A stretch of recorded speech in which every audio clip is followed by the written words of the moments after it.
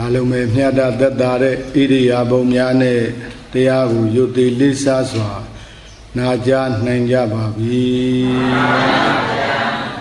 Pia Shinguro Miaji, Lusanda do Dibi Pia Taro Mugere, Damakanda do Duigo Sayadin Bido Pia Shin, Gudlero Piene, Turo Twin, Kanda Nyan Yao. This is how Soma Dogge, Jesu Roshin, Ega Mahabandita, Mogo Siaro Biaji, Esashi do Siaro Biado E. Uba Neteago, can you lay it? Oadandra Sesega, Amiapa, Swimu, Nigo Maunama, Mado Budu Midi Machija, Legondo, Nagula Mada, Nagula Bida, Mi Hong Pa Hong, Swi Hong Yu Hong. Along no Diana Breda Bong Drogondo Udemia Nyamidamia Padesa Tamoba Tessa Leva Mudeta Bido Aduabian Wajame Deaga Tandara Kaidwa Yatanga Zin Dearo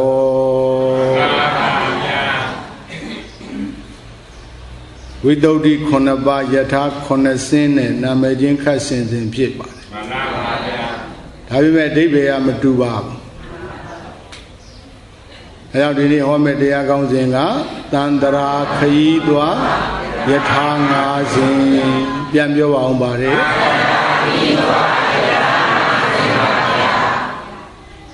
Did I go within a Segu and Bido?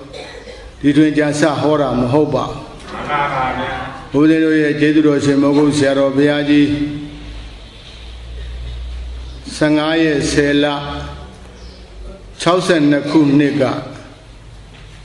Hoja Soma Dware Betea Puresi Dwaja Malay Sude Deago Joyu Piu Bido Udero Didiao Horaba Jesu Mogo Siaro Tania Leve Yata Twitchy Nibi, me only Shidore Eddie Deago. Now we build Bido, Joyo can be who was in the Jesu Mapsi Bade. I must say, so don't say name Pavade. Mogo Siaro Biaji Hojaro Mugere, this Aliba Dea, must say, so don't say name Male Pavade. Eddie Diago now can build with all within Dandra Kaidwa, Yata, Sin, Deado. You know, who do Ragono, Lubi Luboa, Luloka, Jido, Yaulaja. Yaulara, Badubo like Dale, Lumi. And I feel Bimme Bogo and Nedora. The Jabi Mapaya Pulai da Hoela. You are to a Lulu Yaula or Hoe. Hoba. But you Pulai Lu Yaula the Lelu Mide Kajaro, Taya Pulai Lu Yaula. But you Pulai Lu Yaula. Logono Lubi Lumua Lulogaji Yaula Jara, but you Pulai Lu Yaula. Mumio that the Wadi, the two Nabi Yaudware, the two Yamabi Yaudware, the two Naye Yaudware, the two Teresambo Yaudware, the two Bidabo Yaudware, Mumu Yaudwara Mashula. Any Bomwari Yaudware, that the Wadi, Manamia, but do Bolai Dale Miro? Do a Bolai Dale? They are Bolai Dava. You know. Neadana, Mumu, Adi, Yashi Dwajara would tell me so ye. They are Hale, the Mure or Mohobu. Pulai de Hale, the Mure or Mohobu. They are Mumu Shima. They are Mumu, a Pulai do Bone, Mumu do Yapunyana. Oh, Mumu, Mayabulaya. Who do Ragonwa of Bebon Yaw? The two Bogo Jaro Nabo Mayahula. Chule Yamabo Mayahula. Chule Belebo Mayahula. The Bolo Yauda. အမေယောဂီတို့တရားပဲအားကိုးရရှိတာဘာအားကိုးရရှိတရားပို့သမျှရောက်ကြရတာဆိုတော့တရားပဲအားကိုးရရှိတရားလည်းအမျိုးမျိုးသောတရားတွေကပို့နေတာဆိုတော့ပို့တဲ့တရားလည်းပဲရွေးဥမှကောင်းမှာပေါ့ဟုတ်ရဲ့လားတရားလည်းပဲဒကာကြီးဒီတရားဆိုပြီးရောဆိုလို့မရဘူးလေတရားမရွေးရဘူးလားရွေးရအောင်ရွေးရမယ်ရွေးတဲ့အခါကျတော့မှဥပဒေနဲ့အခုတန္တရာခရီးသွားယထာ၅စင်းအကြောင်းကိုပြောအောင်ဒီတော့နံပါတ်1ယထာနံပါတ်1ယထာဆိုတာကဒုက္ခတိကနေပြီးတော့ဒုက္ခတိကိုသွားတဲ့ယထာကြီးကဒဇင်းရှိနံပါတ်1နော်ဒုက္ခတိကနေဒုက္ခတိကိုသွားတဲ့ယထာကဒဇင်းပြန်ပြောပါဦး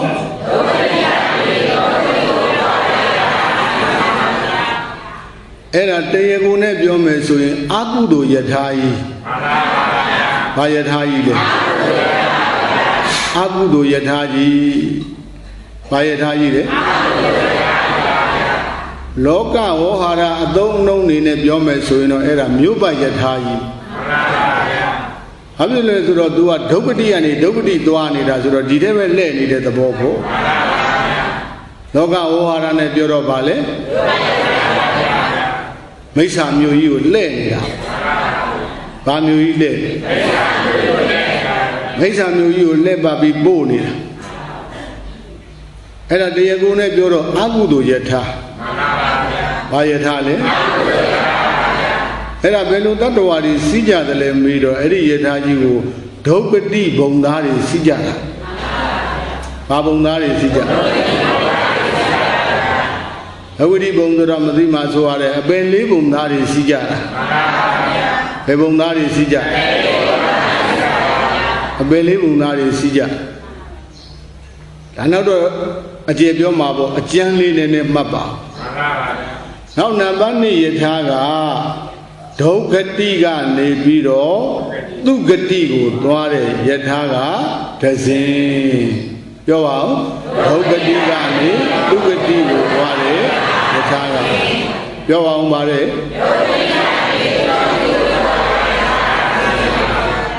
အဲ့ဒါတရားကိုနဲ့ပြောမယ်ဆိုရင်ကုသိုလ်ယထာဘာယထာလဲဒါပေမဲ့ဒုက္ခတိဘုံသားတွေကကုသိုလ်ယထာတော့သူစည်းခွင့်ရှိတာပေါ့ကုသိုလ်ယထာတော့သူကမဂ္ဂင်ယထာကစည်းခွင့်မရှိတာဒုက္ခတိဘုံသားတွေကကုသိုလ်ယထာလောက်တော့စည်းခွင့်ရှိတရားကိုနဲ့ပြောမယ်ဆိုရင်ကုသိုလ်ယထာဘာယထာလဲကုသိုလ်ယထာကုသိုလ်တရားဒုလိုပဲနော်ကုသိုလ်ယထာကုသိုလ်တရားလောကဝေါဟာရနဲ့ပြောမယ်ဆိုရင် तू ကအဆံယထာကြီးပေါ့ဘာယထာကြီးလဲအဆံယထာကြီးတိဏ္ဍဘတ်ကမြို့ပယထာကြီးနိဏ္ဍဘတ်ကအဆံယထာကြီးဒုက္ခတိကနေသူဂတိတက်တာဟုတ်အစုံယထာလားအဆံယထာလားဘသူတွေစီးရတယ်လဲပြီးတော့သူလဲထို့အတူပဲဒုက္ခတိဘုံသားတွေစီးကြတာဘာဘုံသားတွေစီးကြအပြင်နံပါတ်2ယထာဒဇင်းပေါ့နော်နောက်နံပါတ်3ယထာက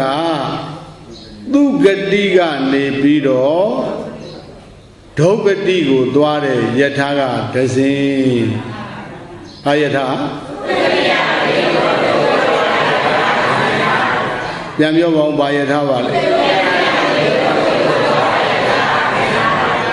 အဲ့ဒါတရားကိုနဲ့ပြောမယ်ဆိုရင်အကုသိုလ်ယထာဘာယထာအကုသိုလ်ယထာအဲ့ဒါလောကဝေါဟာရနဲ့ပြောမယ်ဆိုရင်အစုံယထာကြီးဘာယထာကြီးလဲအစုံယထာကြီးသူဂတိကနေဒုက္ခတိစုံသွားတာဟုတ်ဘာယထာလဲအစုံယထာကြီးအဲ့ဒါဘယ်လိုပုဂ္ဂိုလ်တွေစီးကြသလဲမေးရင်သူဂတိဘုံသားတွေစီးကြဘယ်သူတွေစီးကြလူတွေနဲ့တွေမြမာတွေစီးကြတယ်ပေါ့ ဘုံနဲ့ပြောတော့ဂတိနဲ့ပြောတော့သူဂတိဘုံသားတွေစီးကြနောက်နံပါတ်4ယထာကသူဂတိကနေပြီးတော့သူဂတိကိုသွားတယ်ယထာဗါလဲပြောပါဗါလဲပြန်ပြောပါဦးအဲ့ဒါတရားကိုနဲ့ပြောမယ်ဆိုရင်ကုသိုလ်ယထာဟာယထာလဲကုသိုလ်ယထာ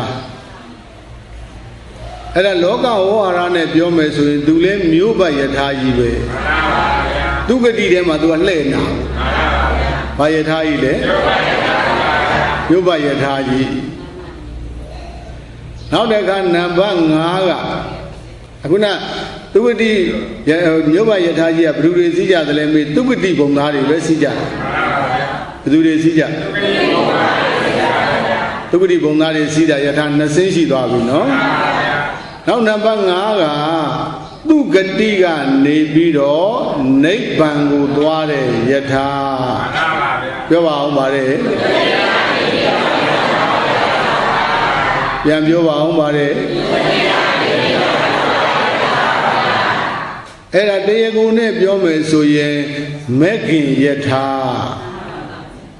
ဟုတ်ရဲ့လားကုသိုလ်ယထာလို့လည်းပြောလို့ရပါတယ်ဒါပေမဲ့ပေါ်လွင်တင်ရှားအောင်လို့အဲ့ဒါမဂ္ဂင်ယထာဘာယထာလဲမဂ္ဂင်ယထာလောကဝဝရနဲ့ပြောမယ်ဆိုရင်တော့အဆံယထာကြီးဟာတဲ့အဆံယထာတော့မှသူကရိုးရိုးမဟုတ်ဘူးအထူးအဆံယထာကြီးဘာလဲအထူးအဆံယထာကြီးဒါ VIP ယထာကြီးပေါ့ဟုတ်တော့မလားဘာယထာကြီးလဲVIP ယထာကြီးဘယ်လိုပုံကိုယ်တွေစီးတယ်မေးရင်အခုသူတော်ကောင်းတို့ဝိပဿနာအလုပ်တွေအားထုတ်နေတဲ့ပုံကိုယ်တွေဘုရားအစာရှိတဲ့အရိယာပေါင်းသူတော်ကောင်းတွေအဲ့ဒီယထာကြီးစီးကြတယ်အဲ့ဒီယထာကြီးကတော့ထူးထူးခြားခြားပဲနော်အဲ့ဒီယထာကြီးကတော့ထူးထူးခြားခြားကြီးပဲဘယ်ကနေပဲသွားတဲ့ယထာကြီးလဲတရားကိုနဲ့ပြောတော့မဂ္ဂင်ယထာကြီးပေါ့တရားကိုနဲ့ပြောတော့မဂ္ဂင်ယထာကြီးဟောလောကဝဟာရနဲ့ပြောတော့ရိုးရိုးမဟုတ်ဘူးရိုးရိုးမဟုတ်ဘူးအထူးအဆံယထာကြီးဗါလေအဲ့ဒါဘယ်သူတွေစည်းကြတယ်လဲမေးရင်ပြောရင်တော့သူဂတိဘုံသားတွေဟုတ်လားတဲ့ပြောကြပါဆိုရင်ဝိပဿနာလို့အားထုတ်နေတဲ့သူတော်ကောင်းတွေဘုရားအစာရှိတဲ့အရိယာပေါင်းသူတော်ကောင်းကြီးတွေဒီယထာကြီးစည်းကြတယ်ဟုတ်ရဲ့လားအဲ့တော့ယထာဘယ်နှဆင်းသန္တရာခီးသွားတဲ့နေရာမှာဒီယထာ5ဆင်းစီးသွားနေကြတာပဲဒါကြောင့်သန္တရာခီးသွားယထာ5ဆင်းအဲ့ဒါလေးနည်းနည်းချက်ပြီးတော့သဘောပေါက်အောင်ပြန်ပြောမယ်တင်းနံပါတ်ယထာကဘယ်ကနေပဲသွား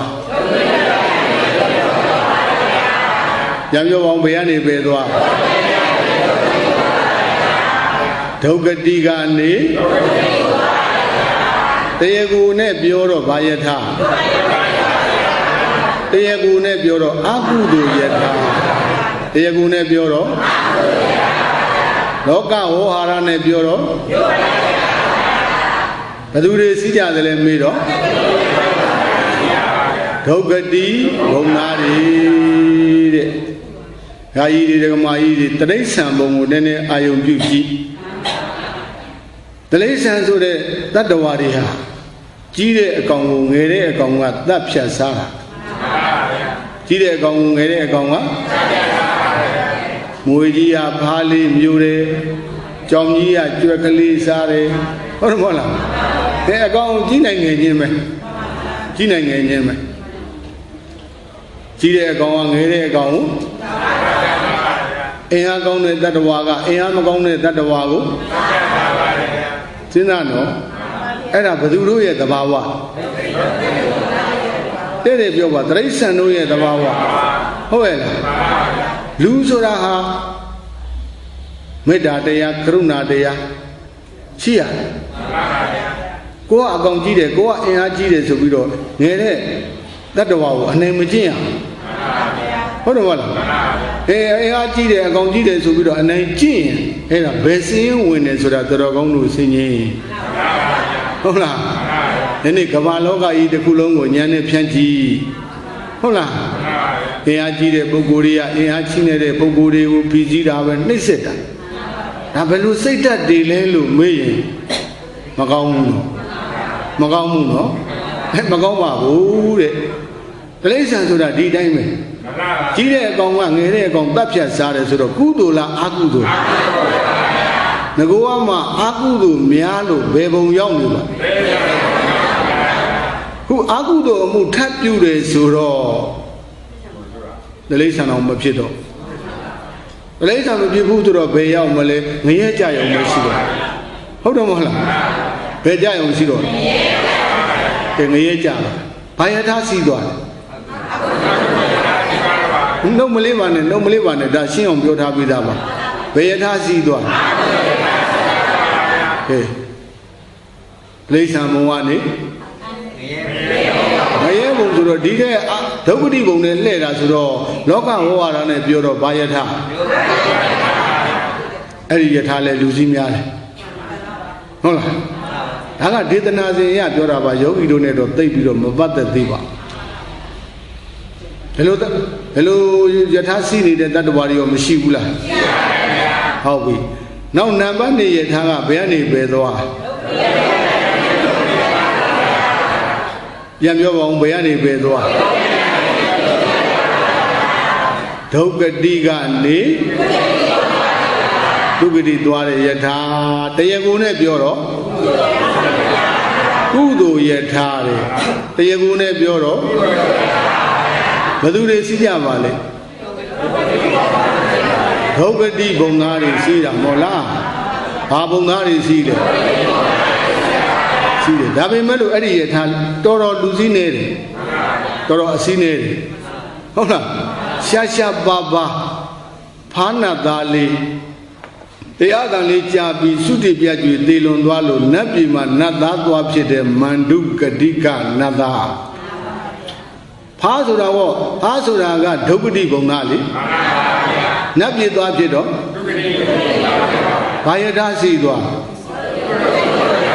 ကုသိုလ်ယထာလောကဝဝါဒနဲ့ပြောတော့အစံယထာအဲ့ဒီအစံယထာရှိတယ်တော်တော်နည်းပါလေတော်တော်နည်းပါလေလင်းတို့သား900လိုင်ငူကြီးတစ်ခုထဲမှာယဟန်တော်2ပါးဟေတုပစ္စယောအာရမဏပစ္စယောအဓိပတိပစ္စယောလို့ပဋ္ဌာန်းတွေရွတ်တဲ့အခါကျတော့အဲ့ဒီအတန်လေးကြားရင်နဲ့အဲ့ဒီအတန်လေးနားထောင်ရင်းနဲ့သုတိပြတ်ကြီးသေသွားတော့နတ်ပြည်မှာနတ်သားတွေသွားဖြစ်ဟုတ်ရဲ့လားဘာယထာစီသွားဓမ္မတဝနာကုသိုလ်ယထာလေးစီသွားဟုတ်တယ်မဟုတ်လားဓမ္မတဝနာတရားနာတဲ့ကုသိုလ်ယထာလေးစီးသွားလိုက်တော့ဘယ်ရောက်ဘယ်ကနေစီးသွားဒုက္ခတိဘုံကနေစီးသွားအဲ့ဒါလည်းရှိတော့ရှိတယ်စီးတဲ့လူတော့စီးတဲ့တတ္တဝါတော့ရှိတယ်သို့တော့နည်းပါတယ်တဲ့ရေတွက်ကြည့်ရင်ရနိုင်တော့တယ်လက်ချိုးကြည့်ရင်ရနိုင်တော့အင်မတန်နည်းပါတယ်ဒါကြောင့်ဒကာကြီးတွေဒကာမကြီးတွေကိုဆရာသမားတွေကအဆုံးမနေတာဒုက္ခတိဘုံရောက်သွားရင်ဒုက္ခတိဘုံပြန်တက်ဖို့မလွယ်ဘူးဆိုတာအဲ့ဒါတွေထောက်ကြည့်ရဟုတ်ရဲ့လားဒုက္ခတိကနေဒုက္ခတိသွားတာမဆမ်းဘူးဒီယထာကြီးလည်းပါစီနေတာပါဆမ်းလေဒုက္ခတိကနေဒုက္ခတိတက်တာဆမ်းနေအဲ့ဒါတော်တော်ကိုပဲရှားပါဒီတော့ဒါကလည်းပဲဒီယထာကလည်းပဲဒေသနာစဉ်အရဟောရတာယောဂီတို့နဲ့သိမ့်မပတ်သေးပါဘူးဒုက္ခတိဘုံသားတို့နဲ့ပတ်သက်တာရှင်းမရှင်းရဲ့လားရှင်းပါပါဗျာနောက်တကနံပါတ်3ယထာကဘယ်ကနေပဲသွားအဲ့ဒီမှာပတ်သက်လာပြီဟုတ်ပြီလားဘယ်ကနေပဲသွားအဲ့ဒါတရားကိုနဲ့ပြောတော့ဘာယထာတရားကိုနဲ့ပြောတော့အာကုသိုလ်ယထာဗါတဲ့လောကဝဟာရနဲ့ပြောတော့လောကဝဟာရနဲ့ပြောတော့ဘယ်သူတွေစီးကြပါလဲတပည့်တော်တို့ကဘုရားလိုဖြေပို့တဲ့တာပေါ့ သူရိဘုံသားတွေစီးတယ်မဟုတ်ပါဘူးဗျာဆိုတော့တို့မကြီးက तू အကုသို့ကင်းတဲ့ပုံစံပေါ့လေဟုတ်ရဲ့လားတရားထိုင်နေတဲ့အချိန်တော့ဟုတ်မှာပေါ့အိမ်ပြန်သွားဟဲ့ကောင်လေးငါပြောတာနားမထောင်ဘူးလားဆိုတော့ပြောပါဦးမပြောပါဘူးပြရတယ်တခါကြီးဒီမကြီးနေစဉ်နဲ့အမြခင်ဗျားတို့သားရေးသမီးရေးစီးပွားရေးရောင်းရေးဝယ်ရေးဟုတ်လားဆင်းရဲမကိငရဲမကိဆိုပြီးတန်ခါမုတ်ဆိုးအမျိုးမျိုးတွေသူကတိဘုံကားတွေလုတ်နေတာမရှိဘူးစီတာပေါ့ခင်ဗျားတို့ဈေးအောင်ဈေးဝယ်လည်းပဲမှုသားမပါလင်္ကာမချောဆိုပြီးတော့ခင်ဗျားတို့ညံ့ညံ့ညွန်းညွန်းနဲ့မှုသားလေးတွေပြောသေးလားနဲ့အခါလေပြောသေးလားကိုမားတာမားတယ်လို့ဝန်ခံရင်တော်တော်ကောင်းပညာရှိဖြစ်ပါတယ်ခင်ဗျားတို့ဝန်မခံရဘူးမယ်လေပြော့သွားဦးသေးဦးလားဈေးအောင်လေးဈေးအောင်သေးဝယ်လေးလုပ်တဲ့အခါမှုသားလေးများပါမိသေးလားအတူမှန်တာပြောတာလေသစ္စာစကားပါပဲဇန်တဲ့ပုဂ္ဂိုလ်တွေလည်းဒီတိုင်းပါပဲခင်ဗျားတို့မယ်နေအောင်တောင်းပြသူပြောကြတာပါပဲဟုတ်လားဒါရည်သမီးရေးစီဝါရှာလည်းဒီလိုပဲစီဝါရှာတဲ့အခါကျတော့ဒကာကြီးတွေဥမာကြီးတွေဥပဒေခဏခဏသတိပေးတယ်လေမြတ်တို့စီဝါသွားရှာတယ်ဆိုတာမလိုချင်လို့ရှာသလားလိုချင်လို့ရှာလိုချင်လို့ဆိုလို့ရှိရင်လိုချင်တယ်ဆိုတာတခြားလားတဏှာကဲတဏှာကုသိုလ်လားအကုသိုလ်ကဲတပည့်တော်တို့ကကောင်းဝယ်လောက်တာပါဗျမခိုးပါဘူးဗျမဝက်ပါဘူးဗျမလိမ့်ပါဘူးဗျမညာပါဘူးဗျဆိုပေမဲ့လို့လိုချင်တာတဏှာဖြစ်ခြင်းကြောင့်ဒါအကုသိုလ်ပဲဟုတ်ရဲ့လားအစီအဲ့ဒီယထာလူကြီးအများဆုံးမှာဟုတ်လားအဲ့ဒီယထာတာကိတာကားတဲ့တောင်ကြက်သေးတယ်အဲ့တော့အဲ့ဒီယထာဘယ်လိုလဲဟာခေါင်းမိုးဝေါ်တွေရောတွဲလောင်းတွေရောပရိသတ်ကြနေတာရောပါပါကြီးကြတာလေစီးနေကြတာဂါကြီးတွေကြည့်ဖို့ခင်ဗျားတို့ညံဖြန့်ပြီးကြည့်ယူတယ်ရွာတယ်လောဘနဲ့ပြည်တယ်လူဝပြည်ဒေါသနဲ့ပြည်တယ်လူဝပြည်မောဟနဲ့ပြည်တယ်လူဝပြည်မာနပြည်လူဝပြည်ဒိဋ္ဌိနဲ့ပြည်တယ်လူဝပြည်မောဟတွေနဲ့ပြည်တယ်လူဝပြည်ဟမ်အဲ့တော့ဒီမကြီးတွေသူပတိဘုံသားတွေအကုသိုလ်လုပ်တယ်ဒီတရားသဘောနဲ့ပြောရင်အကုသိုလ်ယထာကြီးစီးနေကြမရှိဘူးလားစီးနေကြဘယ်ရောက်မှာပါလဲရောက်မယ်ခင်ဗျားတို့အကုသိုလ်ယထာစီးပြီးသူကတိရောက်တယ်လို့ကြုံမကြားဘူးတော့ခင်ဗျားတို့ဖျားဖြစ်မှာလားဟောကြဘယ်ရောက်မှာလဲ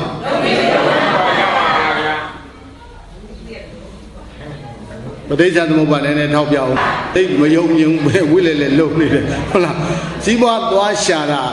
လိုချင်လို့ရှာတာမလိုချင်လို့ရှာတာလားလိုချင်လို့ရှာလိုချင်တာဘယ်သူပါလဲလိုချင်တယ်တော့နည်းနည်းလိုချင်တာလားအများကြီးလိုချင်တာလားတဲလောဘကြီးပါလားလောဘကြီးတာဘယ်သူလဲမေးတော့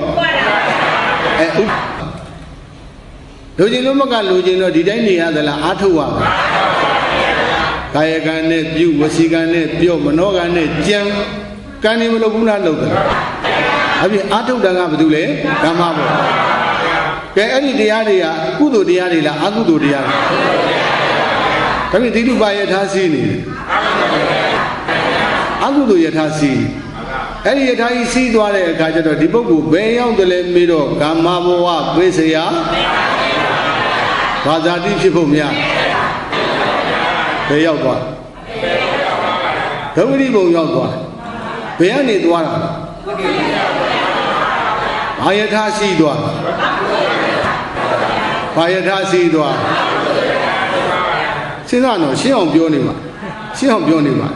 နော်ဘယ်ကနေသွားပါလဲဘယ်ဟိုသွားတာလဲဘယ်ယထာစီးသွားသွားကောင်းမသွားကောင်းသွားကောင်းမနဲ့ဘာလို့သွားနေလဲပြီးတော့ရောက်ချင်လို့ပေါ့ဗျာရောက်ချင်လို့မသိလို့မဟုတ်ဘူးပြည့်တဲ့နဲ့တချို့လည်းလုံတာရောက်ချင်စဉ်းစားတော့ဒကာကြီးတွေဒကာမကြီးတွေဒါတရားလမ်းကြောင်းတွေက ကုသိုလ်တရားပို့လိုက်တာဘယ်ရောက်သွားဒုက္ခတိရောက်သွားတရားပို့နေတာတရားပို့နေဘယ်သူပို့နေတာစဉ်းစားလို့ဒီတရားကိုသေသေးချာချာနာပါဆရာတော်ဘုရားကြီးဥပနိဒေယကိုခံယူပြီးတော့ဦးဇင်းတို့အေးစစ်စစ်ကျေးဇူးပြုပါတယ်သေသေးပါအဲ့ဒီယထာရှိနေတဲ့ပုဂ္ဂိုလ်တွေဟာတတ္တဝါတွေအများကြီးပဲအင်မတန်ကိုများပါတယ်ဒကာကြီးတွေဒကာမကြီးတွေဒီပြင်အဝေးကြီးကိုသွားပြီးတော့မလေ့လာနဲ့ကိုမြို့ကိုရွာကိုဒေသကိုလေ့လာကြည့်အခုသာဂိတမှာဟောနေတော့သာဂိတလေ့လာကြည့်ပေါ့သာသူတော်ကောင်းလို့အားထုတ်နေတဲ့ပုဂ္ဂိုလ်နဲ့တာယေသမီးစီဝါရေးလုပ်နေတဲ့ပုဂ္ဂိုလ်ဘယ်ပုဂ္ဂိုလ်တွေကများဘာယထာရှိနေကြပါလိမ့်ဘယ်ရောက်ချင်လို့ပါလိမ့်မရှိကောင်းဘူးဆင်းညာအဲ့ဒီယထာရှိမင်းတို့ဒုက္ခရောက်လိမ့်မယ်လို့ဘုရားနဲ့ဓမ္မတွေကကိုယ်တက္ကရာကမတွေဒုက္ခမရောက်စေခြင်းလို့အဲ့ဒီယထာမရှိကြနဲ့အတဏ္ဍမတားဘူးလားတားပါလေတဲ့အဲကြောင့်မို့လို့အခုနံပါတ်3ယထာနော်ဒုက္ခတိကလေဒုက္ခတိကိုသွားတဲ့ယထာတွေကာရကတွေဝိတုတွေထုတ်မယ်ဆိုရင်အများကြီးရှိပါတယ်အကုသိုလ်အမှုတွေကြောင့်ဟုတ်လားအပယ်လေးပုံရောက်လာတယ်မှန်ပါပါဗျာထေရှားတဲ့ကာရကနည်းတူချင်းလူကြီးပြောရမယ်ဆိုရင်ဒေဝရတ်တို့အဇာတတတို့သုမဗုဒ္ဓတို့ဒေါရိယပုံနာကြီးတို့ဟုတ်တယ်မဟုတ်လားအဇာတတမင်းသားတို့များတခါတည်းဒေဝရတ်တို့များယဟန်ဖြစ်တာမှန်ပါပါဗျာအဲ့ဒါအကုဘုရားကိုတွေးသိကြည့်အောင်လုပ်တဲ့အကုသိုလ်ယထာကြီးစီးသွားလိုက်တာအခုပဲဝိဇိငရေရောက်တခါသုံးနဲ့ပေါင်းလို့အဇာတတမင်းသား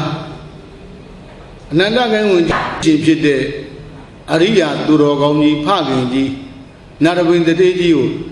အဘိမသာယမင်းကြီးကိုလေဘိမသာယမင်းကြီးကိုတခါနဲ့တတ်လိုက်တာအခုလောဟကုံရဲဆိုတာမရောက်ဘူးလားရောက်တယ်ဘာယထာစီသွားအမှန်ကြီးလေးတဲ့အဖတ်တတ်တဲ့အကုသိုလ်ယထာကြီးစီသွားမှန်ပါပါဗျာသုမဗုဒ္ဓလည်းပဲဘုရားပြမှာတာဘယ်ကြသွားအဝိဇ္ဇကြသွားလားဘာယထာစီသွား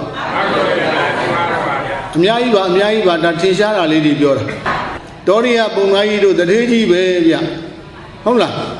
အာကုသိုလ်ယထာစီးပြီးတော့သွားလိုက်တာဒီအိမ်မှာပဲတိရစ္ဆာန်ဘုံဒုက္ခတိဘုံရောက်သွား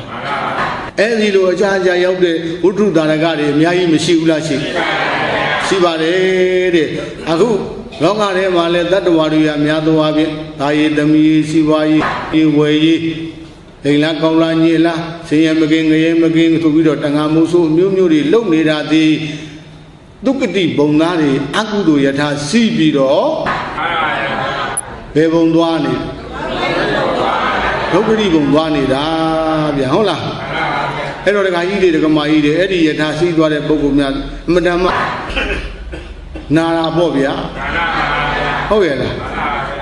ဒါဆိုလို့ဆိုဒီယထာသဘောပေါက်ပါပြီနော်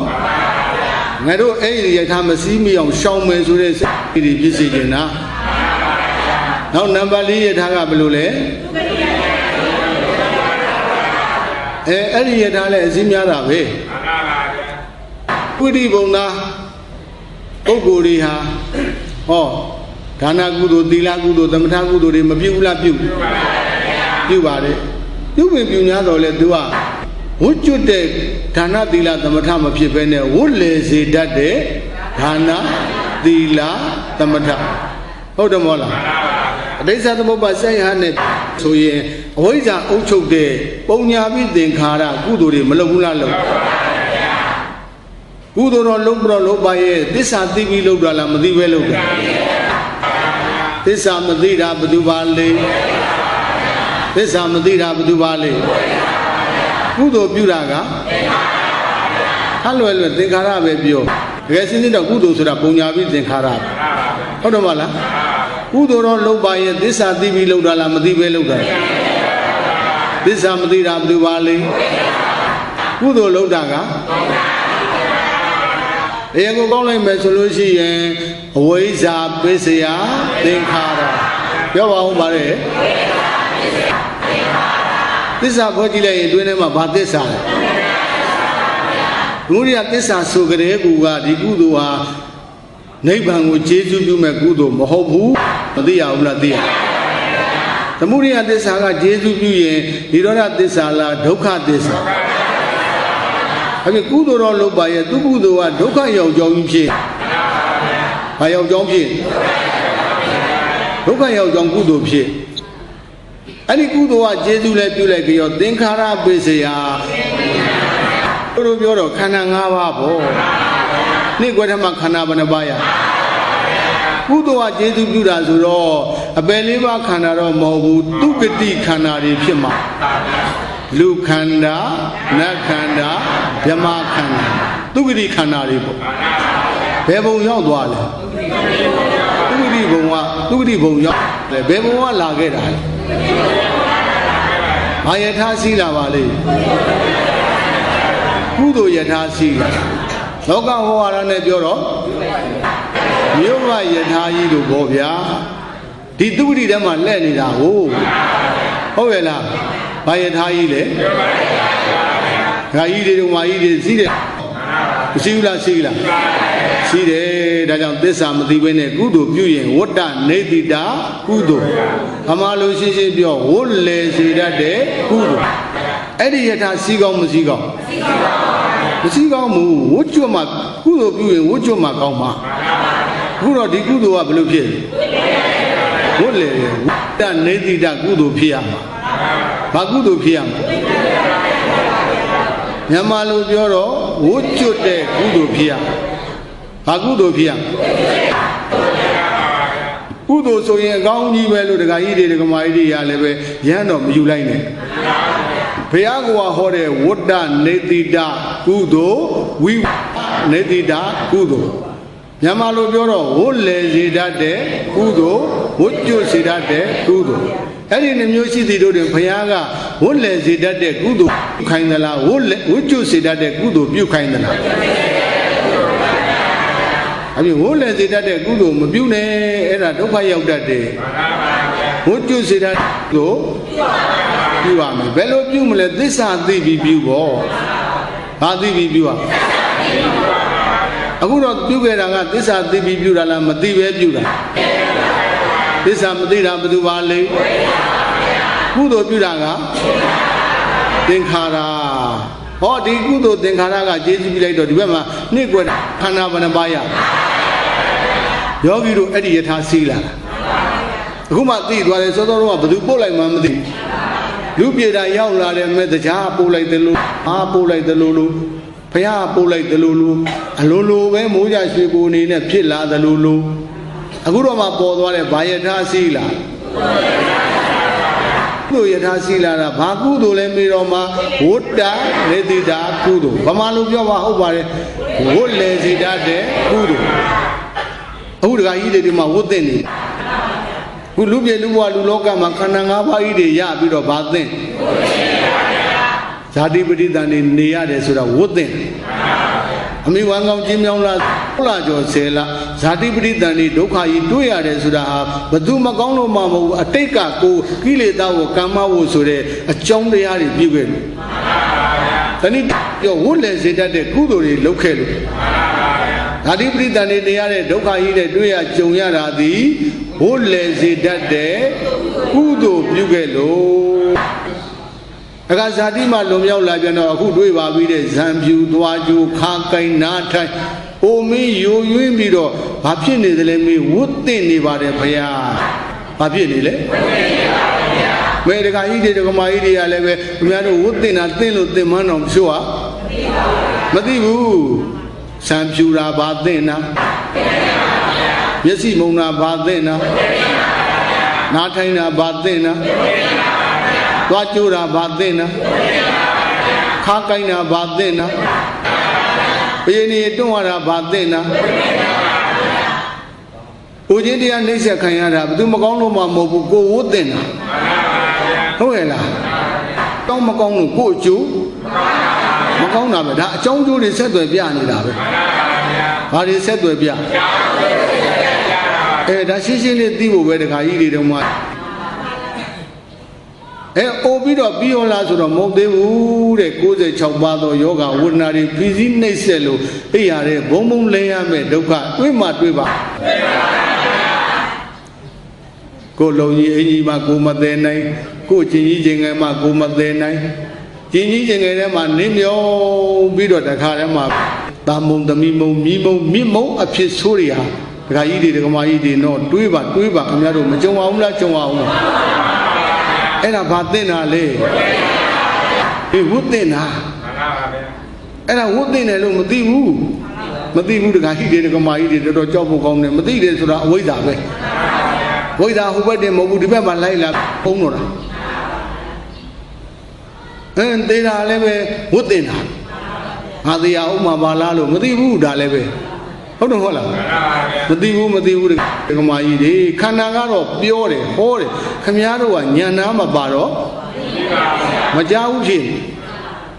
ခန္ဓာကတော့ဘု து ခန္ဓာပဲမဆိုပဲဒကာကြီးတို့ဒကမာကြီးတို့ပေါ်နေတာပဲဟာဒီအိုပြီးกว่าဟာဒီနာပြီးกว่าငါပြီးသေတော့မယ်กว่าနဲ့ခန္ဓာကမဟုတ်လားဟောလားတရားဆိုတာကပလင်းဘုန်းကြီးတိုင်ဟောမှတရားမဟုတ်ဘူးဗျဟုတ်လားခန္ဓာဟောတဲ့တရားကိုနာတတ်ဖို့အရေးကြီးဘုန်းကြီးဟောတဲ့တရားကိုကံနာနဲ့နာတတ်လို့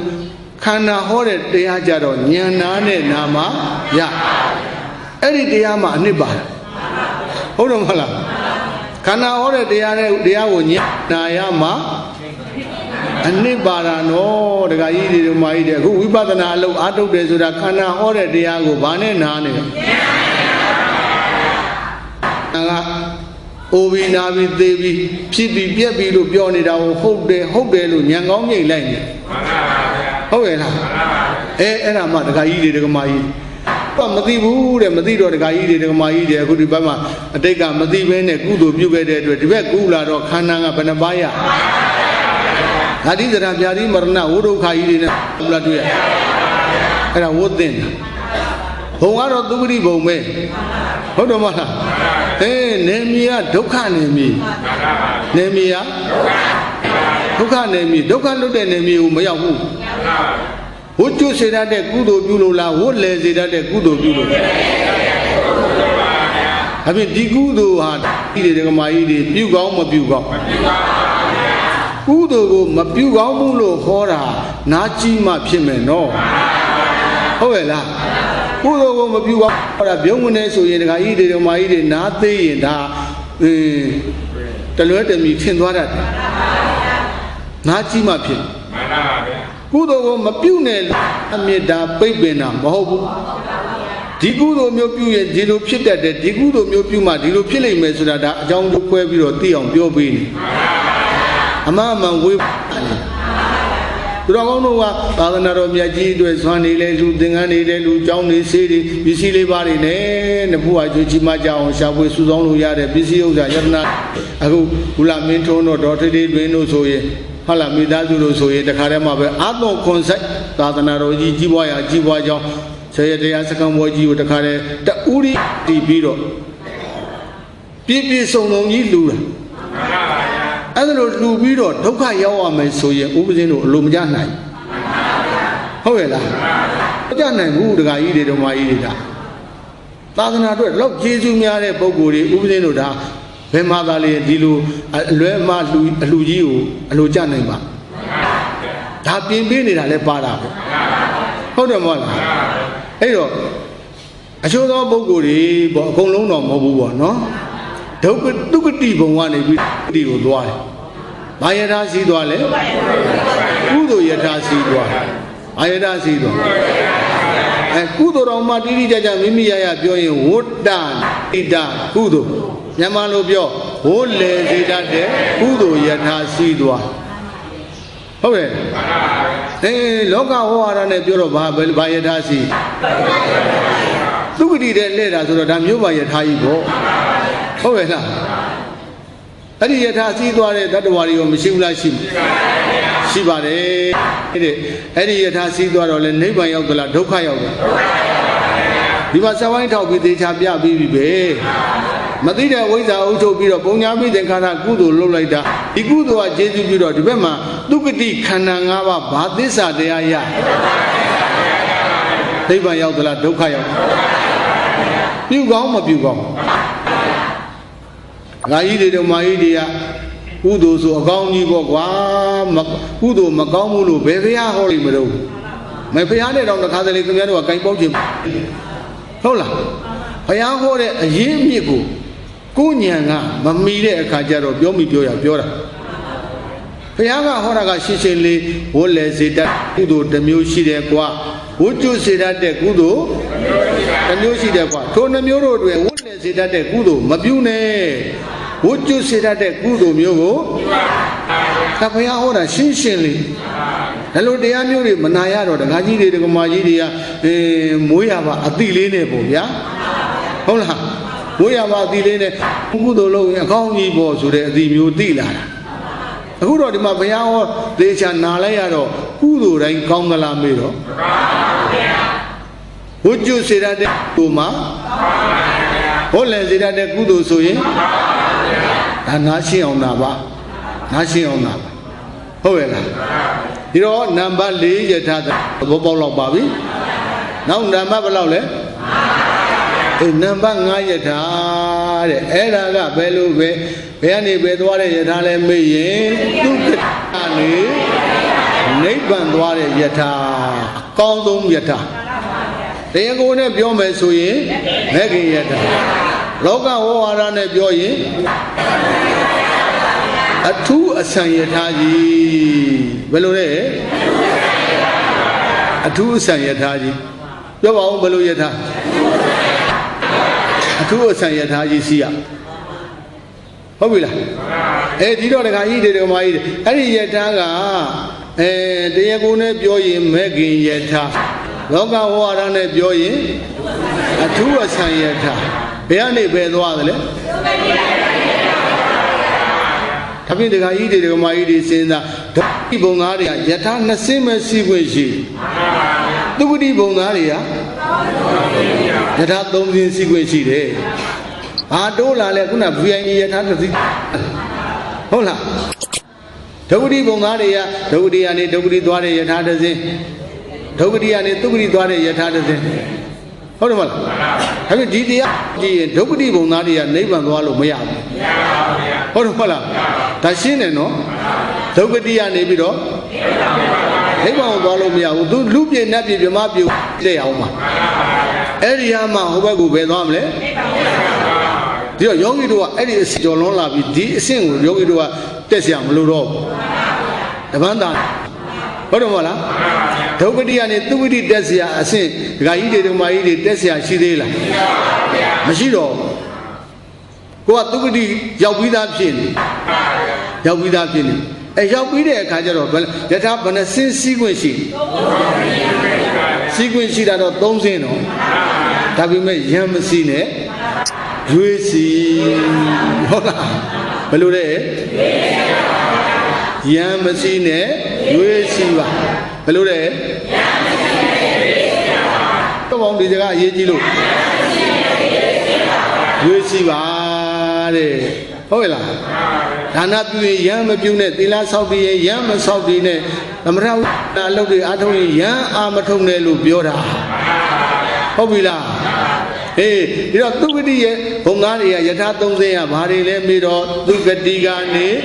တည်သွားတဲ့ယထာတစ်စင်းနောက်တခါသုဂတိကနေသုဂတိသွားတဲ့ယထာကတစ်စင်းနောက်တခါသုဂတိကနေနိဗ္ဗာန်သွားတဲ့ယထာဆိုတော့သူတော်ကောင်းတို့ဒါရှင်းပါပြီဟုတ်တယ်မလားသုဂတိကနေဒုက္ခတိသက်သွားတဲ့ယထာဟာစီကောင်းမစီကောင်းမစီကောင်းပါဘူးဒါပေမဲ့လို့မစီကောင်းတရားနဲ့တကွာဆရာသမားတွေရတာမိတ်နေတာတတ္တဝါတွေကစီနေတာတော့ခုနတာကိတကားလို့ပဲလို့တော့ပြောလိုက်မိသေးဟုတ်လားတော်တော်စီကားစဉ်းစားနမကိုယ့်အကိုညံဖြန့်ကြည့်နောက်နံပါတ်ဒီသုဂတိဘုံသားတွေစီးတဲ့ထဲမှာနံပါတ်2ယထာပဲသွားသုဂတိကနေသုဂတိသွားသုဂတိအခုလူဘဝကနေပြီးတော့နတ်ပြည်ပြမပြည်သွားမယ်ဆိုကြပါစို့ ရောက်ပါပြီတဲ့နတ်ပြည်အိုနာတိမလို့ဘူးအိုနာတိဟာဘာသစ္စာဒါပေမဲ့ဒုက္ခလွတ်တဲ့နေရာမရောက်ဘူးဟုတ်တယ်လားဒုက္ခလွတ်တဲ့နေရာမရောက်ဘူးကဲလူပြည်ကနေဗြဟ္မပြည်သွားမယ်မရောက်ဘူးလားကဲဗြဟ္မပြည်ရောက်တော့အိုနာတိလွတ်တယ်လားအိုနာတိဟာဘာသစ္စာကဲရှိအဲ့ဒီယထာလည်းပဲစီးသိမစီးသိဒုက္ခလွတ်တဲ့နေရာရောက်တဲ့ယထာရွေးစီရမှာလေဟုတ်ရဲ့လားဒုက္ခလွတ်တဲ့နေရာရောက်တဲ့ယထာရွေးဒါပြီးရင်နံပါတ်3ဒုက္ခတိတွေကပြောတာနော်ဒုက္ခတိဘုံသားတွေစီးတဲ့တွေကနံပါတ်3အကောင်းဆုံးယထာနေပဲသွားတရားကိုနဲ့ပြောတော့မေကိယထာဘာယထာအဲ့ဒီမှာအဘယထာရှိတယ်မေကိ5ပါးလို့ခေါ်တဲ့5လုံးတွဲယထာရှိတယ်မေကိ10ပါးလို့ခေါ်တဲ့10တွဲပါတဲ့ယထာကြီးတစ်စီးရှိတယ်အဲ့ဒီ2စီးကလည်းပဲ5လုံးတွဲယထာကိုပြီးတော့မှ10လုံးတွဲစီတက်လို့ရမှာနော်ကြော်ပြီးတော့လူရက်ပြီးတော့ခင်ဗျားတို့10လုံးပေါ်သွားမတက်နဲ့ရပါမလားမရဘူးခင်ဗျားတို့ကအလူရက်ကဝါသနာပါသွားပြီးတော့တိုးဝေပြီးတော့မတက်နဲ့နော်အစဉ်တိုင်းစီရမှာအစဉ်တိုင်းစီရအဲ့တော့အဲ့ဒါဘသူတွေစီးတယ်လဲမေးတော့ဒီဘုံသားတွေတဲ့ပြောမယ်ဆိုရင်မြတ်ဘုရားနေတဲ့ကွာအရိယာပေါင်းသူတော်ကောင်းတွေနောက်သူတော်ကောင်းအလုံးအားထုတ်တဲ့ပုဂ္ဂိုလ်ကြီးတွေမြင့်တဲ့ပုဂ္ဂိုလ်ကြီးတွေဟုတ်တယ်မဟုတ်လားပုဂ္ဂိုလ်ကြီးတွေလေVIP ထားလေထူးထူးခြားခြားပုဂ္ဂိုလ်ကြီးတွေစီးတာအမေဒီတရားနာတော့ပြီးတော့ဘဝင်တော့မြင့်ပါနဲ့ငါတို့အစင်တော်တော်မြင့်ပါပေါ့လားဆိုတာမသိရဘူးလားသိရဘဝင်မြင့်ဖို့ဟောတာမဟုတ်ဘူးကိုယ်အစင်မြင့်တယ်ဆိုတာသိအောင်ဟောနေတာဟုတ်တော့မဟုတ်လားမှန်ပြီမှန်စီဒီအထာရောက်ဘူးရောက်နိဗ္ဗာန်ကိုရောက်ဘူးရောက်ဟုတ်ပြီလားအမေကောင်းပြီဗျာဒီအထာစီးသွားရင်နိဗ္ဗာန်ရောက်တယ်ဆိုတာတော့သိပါပြီဒီပြီတော်တို့ဒီရ5စင်းနဲ့ရဒီနောက်ဆုံးရထားကိုစီးစေချင်တာနော်နောက်ဆုံးရထားကိုစီးစေချင်တာဟိုတင်းနဲ့နှစ်ကတော့ယောဂီတို့နဲ့သိမပတ်သက်ပါဘူးအဲ့ဒါဖယ်တာဖယ်လိုက်တော့3 4 5 3စင်းရှိအဲ့ဒီထဲကလည်းပဲနှစ်ဟဲ့လားဟာလဲ3နဲ့4ကိုမစီးနဲ့အဲ့စီနိဗ္ဗာန်ရောက်မှာလားဒုက္ခရောက်မှာအဲ့ဒီဘယ်နံပါတ်စီးရမှာငါးနံပါတ်ယထာစီးရမယ်အဲ့ဒါစီးစေခြင်းလို့အဲ့ဒီစီးနီးပေးခြင်းလို့ဒါပြောလာတာပဲဟုတ်လားအဲ့ဒီယထာမဂ္ဂင်10ပါးယင်ယထာဟုတ်တယ်မဟုတ်လားမဂ္ဂင်10ပါးယင်ယထာအရင်ဆုံး5လုံးတွဲပါတဲ့ယထာအရင်စီးရမှာဘယ်လိုစီးရမလဲလို့မေးတော့ယောဂီတို့ခန္ဓာကိုဉာဏ်နဲ့ကြည့်ဘာဝဘာနဲ့ကြည့်ဉာဏ်နဲ့ကြည့်တော့တရားထိုင်တဲ့အခါခန္ဓာကိုမျက်စိလေးမိတ်ပြီးတော့ဉာဏ်လေးနဲ့ခန္ဓာပဲလဲပြီးကြည့်လိုက်တောင်းလောင်လဲကြာရောနားတယ်ကျင်တယ်ကြိုက်တယ်ခဲတယ်ဆိုတဲ့ဝေဒနာလေးမပေါ်ဘူးလားပေါ်ဝေဒနာလေးမပေါ်ဘူးပေါ်လာတယ်ပေါ်လာတာယောဂီတို့ကဉာဏ်နဲ့ကြည့်လိုက်တော့သိတယ်ဟုတ်တယ်မလားပေါ်လာတာဉာဏ်နဲ့ကြည့်တော့ဖြစ်လာတာဉာဏ်နဲ့ကြည့်တော့ဖြစ်လာတာငါမဟုတ်ဘူးနာကျင်ကြိုက်ခဲမှုသဘောလေးဝေဒနာလေးလို့သိရင်နာကျင်ကြိုက်ခဲတဲ့ဝေဒနာလေးဖြစ်လာတယ်လို့သိရင်ဒီစင်းတယ်ဒီမဂ္ဂင်10ပါးယင်ယထာဆိုတာဒီလမ်းသုံးသွယ်နဲ့ပြောမယ်ဆိုလို့ရှိရင်ဒီဘက်ကကာမတုခဏိကနုယောဂလံဒီဘက်ကအတ္တကိလမတနုယောဂလံဒီဘက်ကမစ္စည်းမပရိပဒါလမ်းဟုတ်တယ်မလားဒီဘက်ကဥစ္စေရာဒိဋ္ဌိလမ်းကဒါကဟိုဒေါသလမ်းဟုတ်တယ်မလားအကာမတုခယောဂလမ်းကတဏှာလမ်းအဲ့ဒီဒေါသလမ်းတဏှာလမ်းသတ္တရဥစ္စေရာဈာချပြီးတော့သွားမှဒါမဂ္ဂင်အလယ်မဂ္ဂင်10ပါးလမ်းဖြစ်ယထာကိုစီးတဲ့အဓိပ္ပာယ်ရောက်အခုယောဂီတို့ခန္ဓာကိုဉာဏ်လေးနဲ့ကြည့်လိုက်ဝေဒနာလေးပေါ်လာတာမတွေ့ရဘူးလားအကျဉ်းကြိုက်ခဲ့တဲ့သဘောလေးဖြစ်လာတာမသိရဘူးလားဖြစ်လာတာသိရင်မဖြစ်ဘူးလို့အပြတ်ယူတယ်ဗာဒိဋ္ဌိဆင်သွားဖြစ်လာတဲ့ဝေဒနာစီတည်တံ့ခိုင်မြဲနေမှလားပြတ်သွားအောင်မှာပြတ်သွားတာလေးကိုသူရင်ဗာဒိဋ္ဌိဆင်အဲ့ဒီတတ္တရဥစ္စေရာလမ်းလွတ်သွားရင်ဘယ်လမ်းနဲ့ရောက်အလယ်မဂ္ဂင်လမ်းရောက်ပြီဘောဗျာ ဖြစ်တာကိုမြင်ရင်ဥစ္စေတာစင်ပြက်တာကိုမြင်ရင်တတ္တဒါပြင်ဖြစ်ပြက်ကိုမြင်ရင်မဂ္ဂင်လမ်းပေါ်ရောက်တယ်တော်တော်လေးပြောဖြစ်ပြက်မြင်ရင်